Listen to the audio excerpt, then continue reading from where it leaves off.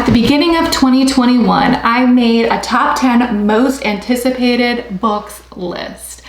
And one of the books on that list was What Comes After by Joanne Tompkins. Because, and I don't remember who told me this, but it was recommended that if you love Where the Crawdads Sing, you have to pick up What Comes After.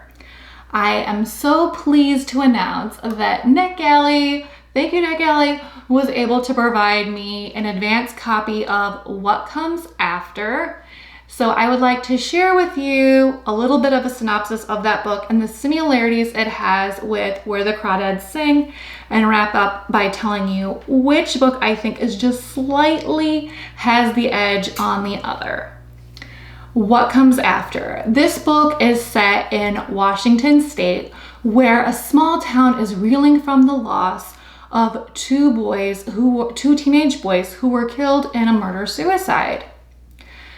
At the same time, there's a mysterious young teenage woman who emerges from the woods pregnant with a few secrets.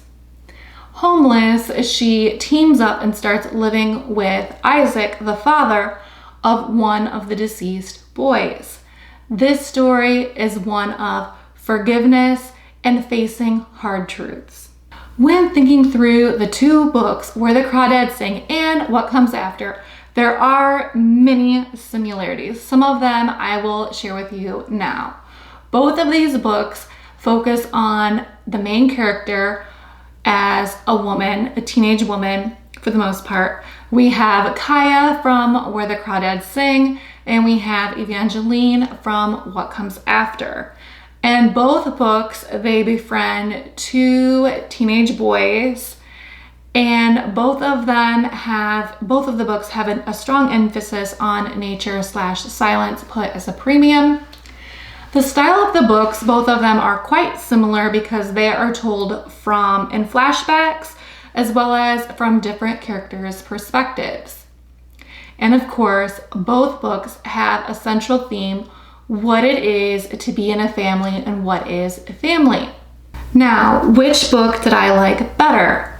Here we have in the Where the Crawdads Sing. I love this book.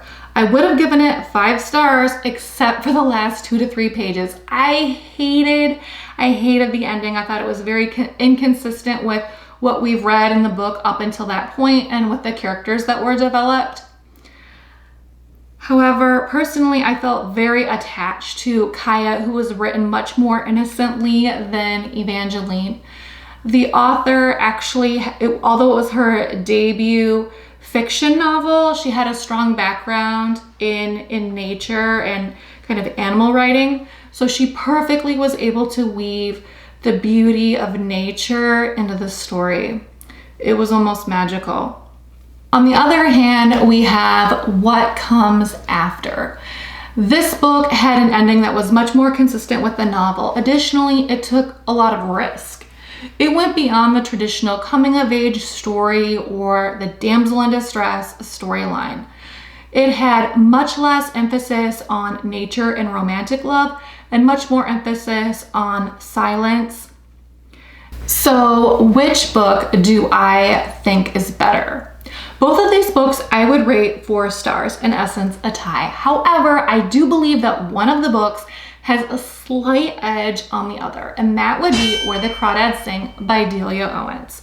The reason for that, I identified more with Kaya, therefore I found it to be a little bit more emotionally moving than What Comes After. However, both books are awesome reads. Pick up your copies today. If you believe that books create ideas and ideas change the world, make sure you're subscribed to my channel. I'm Lisa of Troy. Peace.